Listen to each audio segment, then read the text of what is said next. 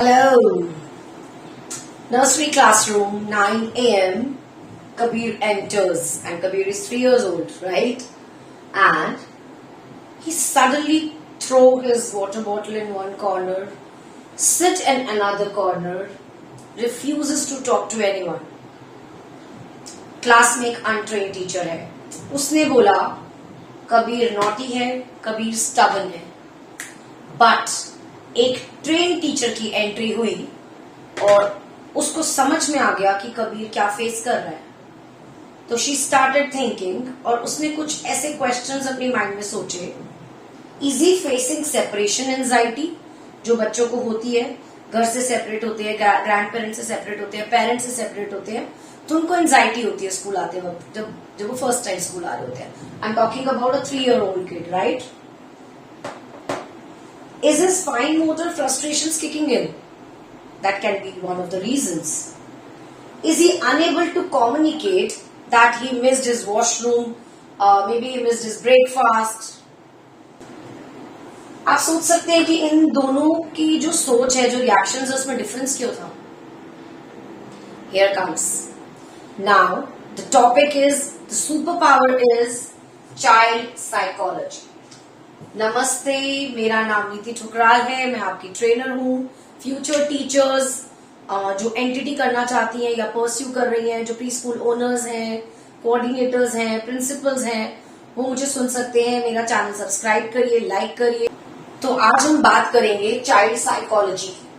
Child psychology एक बहुत important topic है जो टीचर्स को पता होना चाहिए. आज इस वीडियो में मैं आपको इसके डेफिनेशन के बारे में, इसके स्कोप के बारे में और इसकी इंपॉर्टेंस के बारे में बताऊंगी.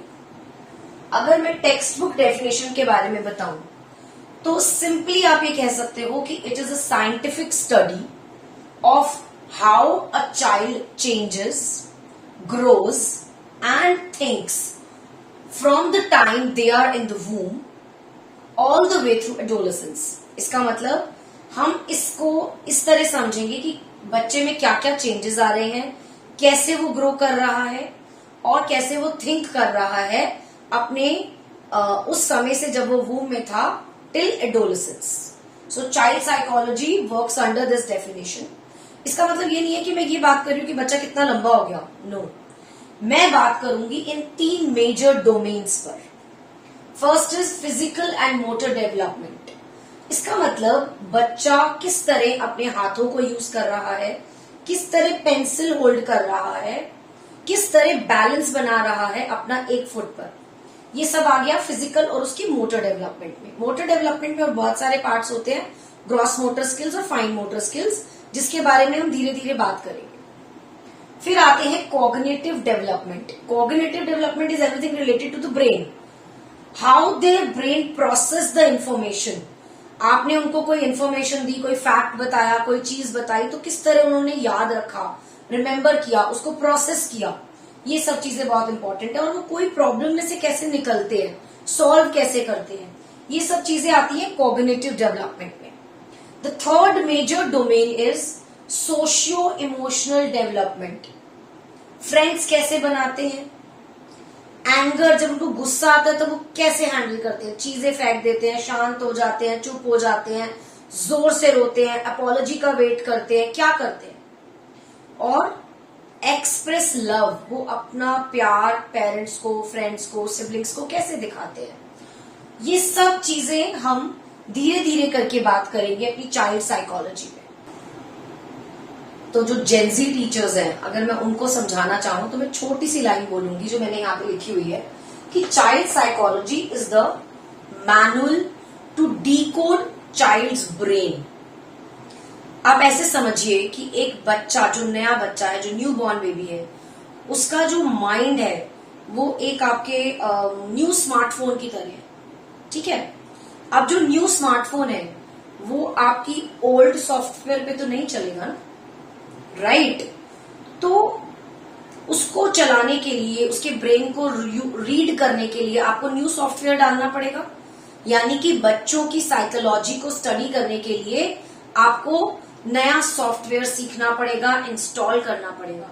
अगर आप पुराना सॉफ्टवेयर यूज करते रहेंगे, पुराने तरीकों से अपने बच्चों को पालते रहेंगे, समझते रहेंगे, तो प्लीज क्रैश हो जाएगा आपका ऐप, है ना।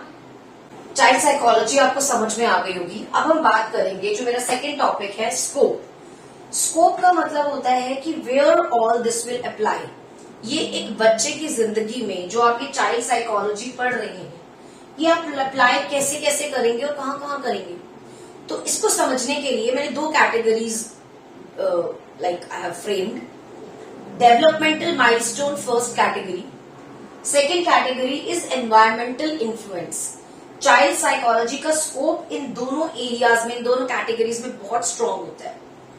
डेवलपमेंटल माइलस्टोन्स मतलब एक what is normal in specific age, एक पर्टिकुलर एज में क्या नॉर्मल होता है, उसकी डेवलपमेंटल स्टेजेस होती है। जैसे कि 3 साल के बच्चे को कुछ 500 या 1000 वर्ड की वोकैबुलरी आ जानी चाहिए, ये एक नॉर्मल होता है। दूसरा नॉर्मल क्या होता है कि जो 2 साल का बच्चा है, ऐसा हो सकता है कि वो पैरेलल प्ले करे। अब कईयों को पैरेलल प्ले नहीं पता होगा। पैरेलल प्ले मतलब जब बच्चे एक दूसरे के साथ में बैठे हैं, just they are sitting next to each other and they are playing with their own blocks and they are not talking to each other. वो एक दूसरे से बात नहीं कर रहे हैं, शेयर नहीं कर रहे हैं, कुछ इंटरैक्शन नहीं है, बस वो अपने में खेल रहे हैं। This is called parallel play.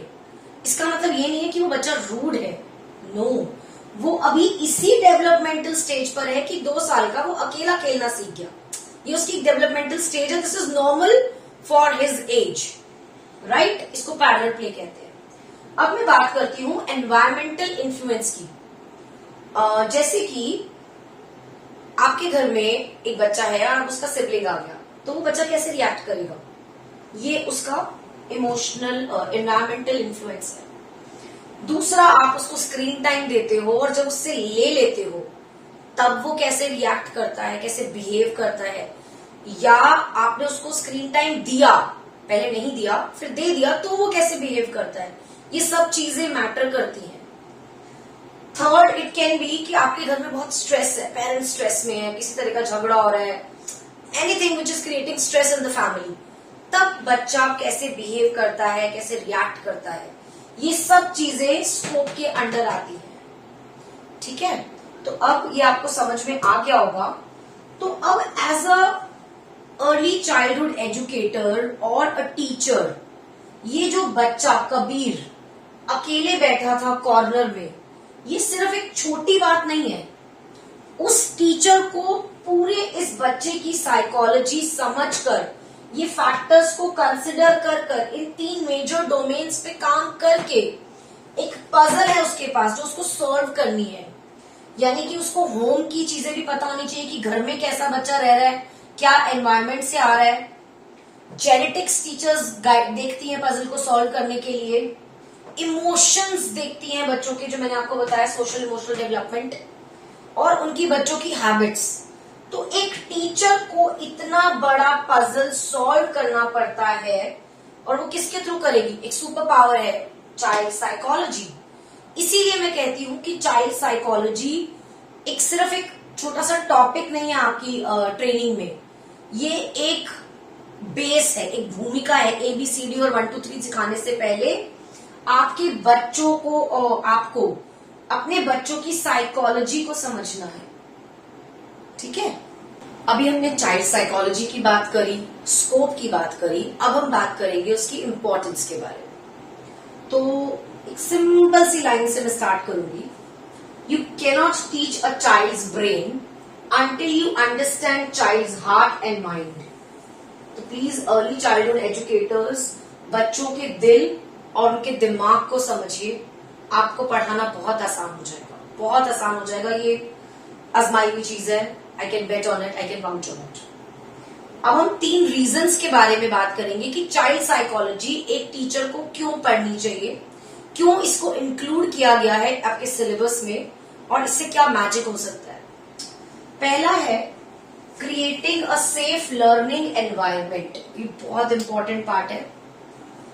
जैसे मैंने यहां लिखा है कि अपने क्लासरूम को एक स्ट्रेस का एनवायरनमेंट मत बनाइए कि रोज शेड्यूल चेंज हो रहा है, रोज टीचर चेंज हो रही है, रोज दीदी चेंज हो रही है, सिटिंग अरेंजमेंट्स चेंज हो रहे हैं, डेक्योर चेंज हो रहे हैं, नहीं, बच्चे स्ट्रेस में आ जाते हैं। Rather what you have to do, create a space with safe environment, like put sensory toys, आसपास उनके खिलौने रखिए, एक उनको प्रिडिक्टेबल रूटीन बताइए, आते ही उनको पूरे दिन का रूटीन बता दीजिए कि पहले हम सर्कल टाइम करेंगे, फिर हम फूड ब्रेक करेंगे, फिर मैं आपको डांस सेशन में लेके जाऊंगी, फिर हम बुक वर्क करेंगे या प्रैक्टिस शीट करेंगे, फिर हम आउटडोर स्विंग्स पे जाएंगे, फिर आज हम एक साइंस एक्सपेरिमेंट करेंगे, हम फिर लिटरेसी करेंगे, या जो भी आपका प्लान ऑफ द डे है बच्चों को ना एकदम पहले बता दीजिए। और टीचर्स के लिए बेस्ट होता है फ्लो ऑफ द डे अपने यहाँ पे अपने व्हाइट बोर्ड्स पे लिख के जाइए एक दिन पहले, राइट। तो ये इंपॉर्टेंट है आपके reason for creating a safe learning environment. तो इस वजह से आपने चाइल्ड साइकोलॉजी पढ़ी। दूसरी बात करेंगे हम early detection of the developmental delays. ये बहुत इंपॉर्टेंट है। आप अपने बच्चों के साथ डेली 4 to 5 आवर्स स्कूल में स्पेंड करते हैं, तो आपको कई बार पेरेंट्स से ज्यादा पता चल जाता है, राइट, क्योंकि पेरेंट्स उन चीजों को अनसुना कर देते हैं। बट आपके आसपास 50 बच्चे होते हैं, 200 बच्चे होता है, आपकी एक्सपीरियंस होता है, आप देख चुके होते हो, तो आप क्या कर सकते हो सकता है कोई बच्चा आई कांटेक्ट ना कर रहा हो, तो ये डेवलपमेंटल इशू है, आपने इमीडिएटली उसको रिकॉग्नाइज करा, पेरेंट को बताया। क्रियॉन होल्ड ही नहीं कर पा रहा बच्चा, उसकी फाइन मोटर स्किल्स स्ट्रांग ही नहीं है, उसकी स्ट्रेंथ ही नहीं है, वो बैलेंस नहीं बना पा रहा अपना फुट पे, आप पेरेंट्स को बता सकते हैं। स्पीच डिलेज कई बार होते हैं जो आप पेरेंट्स को इन्फॉर्म कर सकते हैं। मोटर डिलेज होते हैं, और जब आप यकीन मानिए जब आप ये चीजें पेरेंट को बता देते हैं और पेरेंट इस पे एक्शन ले लेता है, तो एक बच्चे की जिंदगी हमेशा के लिए बदल जाती है और बहुत जल्दी उसको जो भी उसको मदद चाहिए, जो भी हेल्प चाहिए वो मिल जाती है। तो इसीलिए हम कहते हैं टीचर्स को कि बच्चों के दिल और दिमाग को पढ़िए। ये रीजंस हैं कि आपको क्यों चाइल्ड साइकोलॉजी पढ़नी चाहिए। Third reason is mastering behaviour management. बहुत इंपॉर्टेंट टॉपिक है ये। इसको मैं एग्जाम्पल से समझाना लाइक आई वुड प्रेफर। एक बच्चा है आपकी क्लास में, वो बहुत बाइट करता है, ठीक है, जो अनट्रेन टीचर है वो भी चिल्ला रही है, बदतमीज बच्चा है, रोज काट लेता है, मैम इसको अलग बिठाइए, इसको कॉर्नर सीट दे दीजिए, इसकी मम्मी को कंप्लेन करेंगे, मैनर्स नहीं है, इसके घर में कोई काटता होगा। लेकिन जो एक ट्रेन्ड टीचर है वो कैसे रिएक्ट करेगी, उसको पता है कि due to lack of vocabulary बच्चे के पास वो शब्द ही नहीं है, वो वर्ड्स ही नहीं है कि वो दूसरे बच्चे को कह सके मूव अवे, तो वो क्या प्रेफर करता है, वो दांत यूज करता है। अपने आप को तो बचाना है ना उसने, तो मूव अवे की जगह उसने टीथ यूज कर लिया। तो एक ट्रेन टीचर क्या करेगा, मास्टर करेगा ना बिहेवियर मैनेजमेंट पे, तो वो क्या करेगा, इंस्टेड ऑफ येलिंग वो ये येल नहीं करेगा, रादर वो उसको पनिश भी नहीं करेगा, रादर वो क्या करेगा, उसको नए नए वर्ड्स सिखाएगा। ये इतना इंपॉर्टेंट है टीचर्स के लिए, नए नए वर्ड्स बच्चों को सिखाना, ताकि वो अपने एक्शन से ज्यादा वोकैबुलरी को यूज करें। तो आई होप आपने ये तीनों रीजंस को समझा है। लास्ट में मैं यही कहना चाहूंगी कि जो चाइल्ड साइकोलॉजी है ये एक आपका बेस है to become empathetic teacher, to become impactful teacher, and ultimately आप एक सक्सेसफुल टीचर बन जाएंगे अगर आप इस चाइल्ड साइकोलॉजी के सब्जेक्ट को समझ लेंगे। लास्ट में मैं अपने हर लेक्चर के लास्ट में क्वेश्चन पूछूंगी जिसका आप आंसर कमेंट में कर सकते हैं और इस पे हम डिस्कशंस कर सकते हैं। तो आज का क्वेश्चन ये है, have you ever seen a 3-year or a 4-year-old kid throwing tantrums, major tantrums over very very small or minor things? जैसे कि आपने बिस्किट दिया और वो टूट गया और वो रोने लग गया, चिल्लाने लग गया, लेट गया जमीन पर, है ना, या फिर आपने उसको एक गलत बेडशीट दे दी, गलत कलर का कप दे दिया, उसकी घड़ी की जगह येलो घड़ी की जगह उसको ब्लू घड़ी दे दी, और बच्चे ने completely out of the box tantrums show कर दिए। तो अब आप बताइए मुझे कि why do you think their brain reacts this way? इस क्वेश्चन को आप आंसर जो है इस क्वेश्चन का आप कमेंट बॉक्स में लिखिए। और अगर आपको मेरी ये video like if you like it, please share it with your fellow teachers, with parents, with schools, or please hit the like button, and subscribe my channel for the entire entity series.